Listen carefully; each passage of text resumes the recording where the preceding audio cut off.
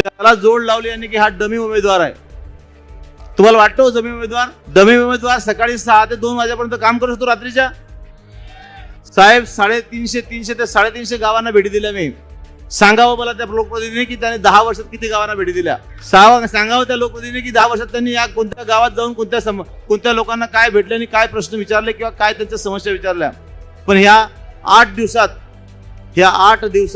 जवळजवळ 300 गावांना मी भेटी दिलेल्या आहे साहेब.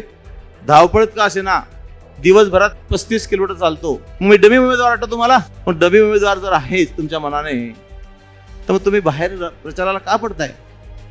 कशासाठी पडताय? अहो, ज्या वेळेस माझ्या विरोधात, नवख्या माणसाच्या विरोधात तुम्ही प्रचाराला पडता, त्या दिवशी आपल्या जनतेची जीत झालेली आहे.